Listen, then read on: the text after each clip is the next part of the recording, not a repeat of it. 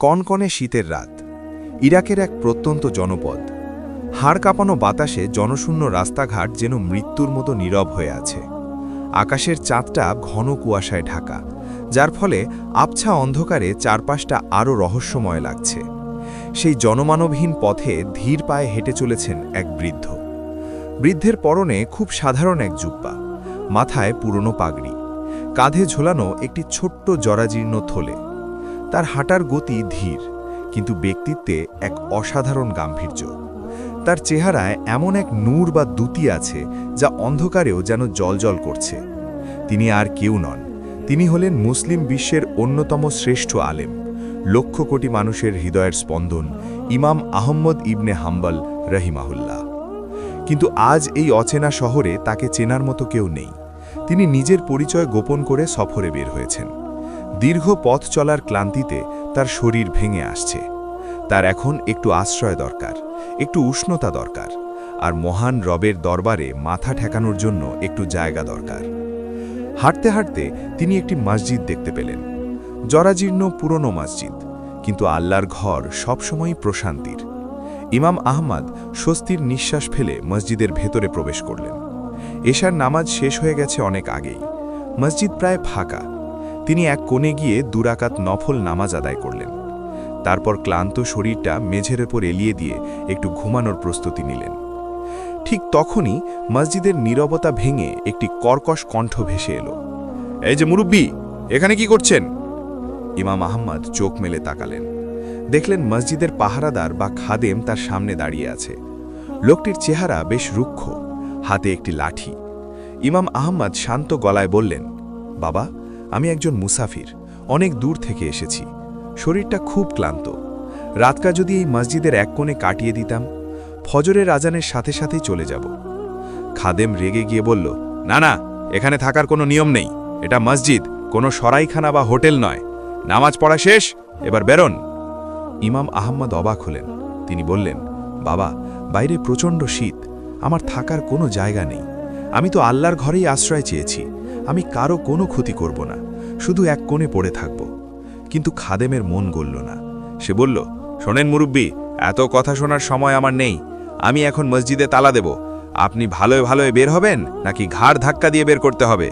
ইমাম আহম্মদ ইবনে হাম্বল, যার নাম শুনলে তৎকালীন বাদশারা পর্যন্ত সম্মানে দাঁড়িয়ে যেতেন, যার ছাত্ররা তার এক ঝলক দেখার জন্য মাইলের পর মাইল হেঁটে আসত, আজ সেই মহান ব্যক্তিকে এক সাধারণ পাহারাদার ঘাড় ধাক্কা দিয়ে বের করে দিতে চাইছে।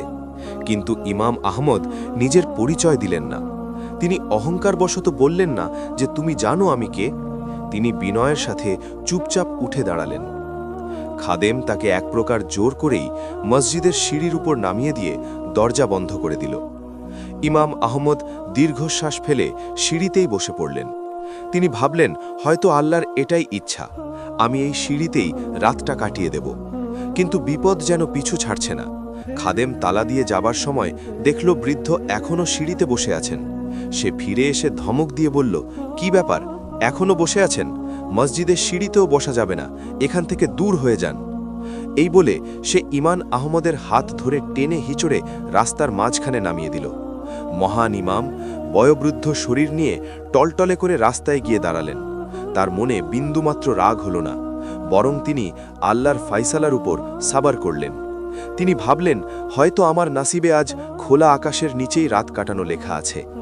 রাস্তার ওপারেই ছিল ছোট্ট একটি দোকান, মাটির তৈরি ঘর, ভেতরে টিমটিমে আলো জ্বলছে। এটি একটি রুটির দোকান, বেকারি। দোকানের মালিক এক মাঝবয়সী লোক ভোরবেলার জন্য রুটির খামির বা আটা তৈরি করছিলেন। তিনি জানালা দিয়ে পুরো ঘটনাটি দেখছিলেন। মসজিদের খাদেমের এমন নিষ্ঠুর আচরণ দেখে রুটিওয়ালার হৃদয় দয়া হল। তিনি কাজ থামিয়ে দৌড়ে বাইরে এলেন। দেখলেন এক বৃদ্ধ শীতে থরথর করে কাঁপছেন। রুটিওয়ালা বিনয়ের সাথে বললেন, ওহে মুসাফির, আপনাকে দেখে খুব সম্ভ্রান্ত ও নেককার মানুষ মনে হচ্ছে। আপনি যদি কিছু মনে না করেন তবে আমার এই ছোট্ট কুঁড়ে পরে রাতটা কাটাতে পারেন। আমার ঘর খুব ছোট, কিন্তু চুলার আগুনের কারণে ভেতরটা বেশ গরম। আপনি সেখানে আরাম করতে পারবেন। ইমাম আহমদের মুখে হাসি ফুটল। তিনি বুঝলেন আল্লাহ তার জন্য ব্যবস্থা করে দিয়েছেন। তিনি বললেন, জাজাকাল্লাহু খায়রান, আল্লাহ তোমাকে উত্তম প্রতিদান দিন। তুমি আমার বড় উপকার করলে বাবা। ইমাম আহমদ রুটিওয়ালার ঘরে প্রবেশ করলেন। ঘরটি আসলেই খুব ছোট, কিন্তু চুলার আগুনের তাপে বেশ আরামদায়ক। রুটিওয়ালা তাকে বসার জন্য একটি মাদুর পেতে দিলেন এবং গরম গরম এক পেয়ালা দুধ ও একটি রুটি খেতে দিলেন। ইমাম আহমদ লক্ষ্য করলেন রুটিওয়ালা তাকে বসিয়ে রেখে নিজের কাজে ফিরে গেলেন। তিনি বড় একটি পাত্রে আটা ছানছেন, পানি মেশাচ্ছেন, ময়দা মাখছেন। কিন্তু অদ্ভুত একটি বিষয় ইমাম আহমদের নজর কাড়ল। রুটিওয়ালা তার হাতের প্রতিটি কাজের সাথে সাথে বিড়বিড় করে কিছু একটা পড়ছেন। তিনি যখন আটা হাতে নিচ্ছেন তখন কিছু পড়ছেন, যখন পানি ঢালছেন তখন পড়ছেন, যখন খামির বানাচ্ছেন তখন পড়ছেন। ইমাম আহমদ কান পেতে শোনার চেষ্টা করলেন।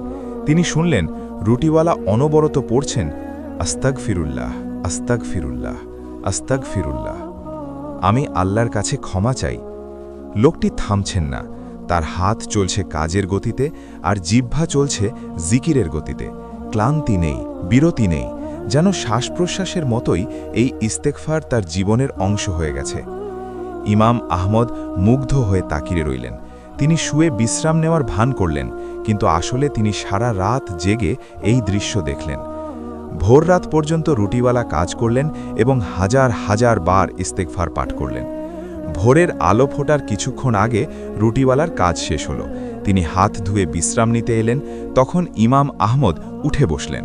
তিনি রুটিওয়ালাকে জিজ্ঞেস করলেন, বাবা, আমি সারা রাত ধরে লক্ষ্য করলাম তুমি তোমার প্রতিটি কাজের ফাঁকে ফাঁকে আল্লাহর কাছে ক্ষমা চাইছ, ইস্তেগফার করছ। তুমি কতদিন ধরে এই আমলটি করছ?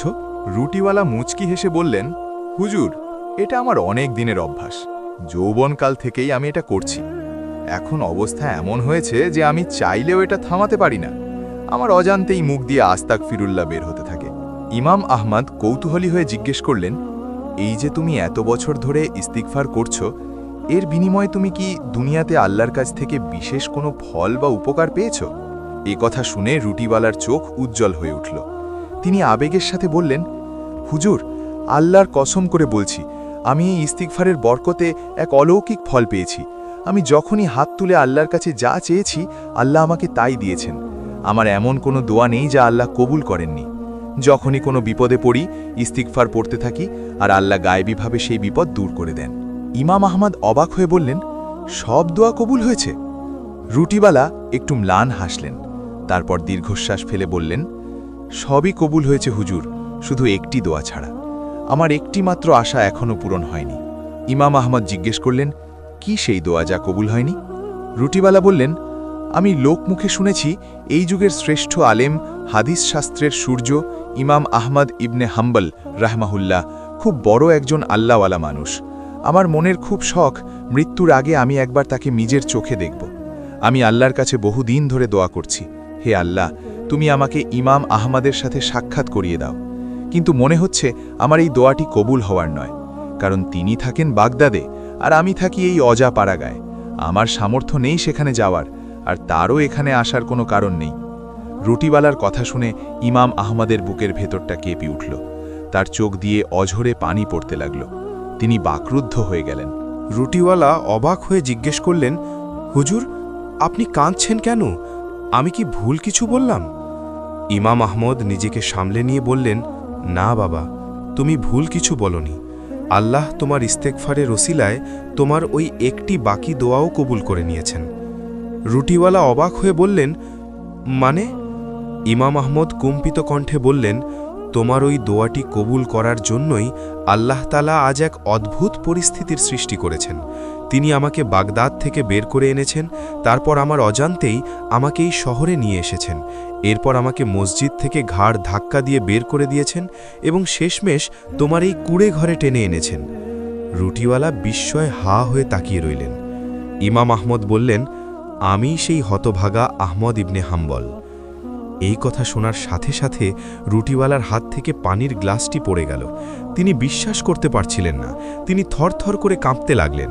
যে মানুষের জন্য তিনি বছরের পর বছর তাহাজ্জুদে কেঁদেছেন, আজ সেই মানুষটি তার নিজের ঘরে তার মেহমান হয়ে বসে আছেন। রুটিওয়ালা দৌড়ে এসে ইমাম আহমদের হাত জড়িয়ে ধরলেন এবং হাউ মাউ করে কাঁদতে লাগলেন। আল্লাহু আকবার, আল্লাহু আকবার, আল্লাহ আমার সব দোয়া কবুল করেছেন, আমার আর কিছু চাওয়ার নেই। ইমাম আহমদও তাকে জড়িয়ে ধরে কাঁদলেন। তিনি বললেন, ভাইরে, আমি ভাবছিলাম কেন আমাকে মসজিদ থেকে অপমান করে বের করে দেওয়া হলো। এখন বুঝলাম এটা ছিল আল্লাহর পরিকল্পনা। তিনি তোমাকে দেখানোর জন্য, তোমার ইস্তেগফারের মর্যাদা রাখার জন্য আমাকে তোমার দুয়ার পর্যন্ত টেনে এনেছেন। ভোরের আজান ভেসে এলো। ইমাম আহমদ এবং রুটিওয়ালা একসাথে মসজিদে গেলেন, কিন্তু এই ঘটনার শিক্ষা রয়ে গেল চিরকালের জন্য।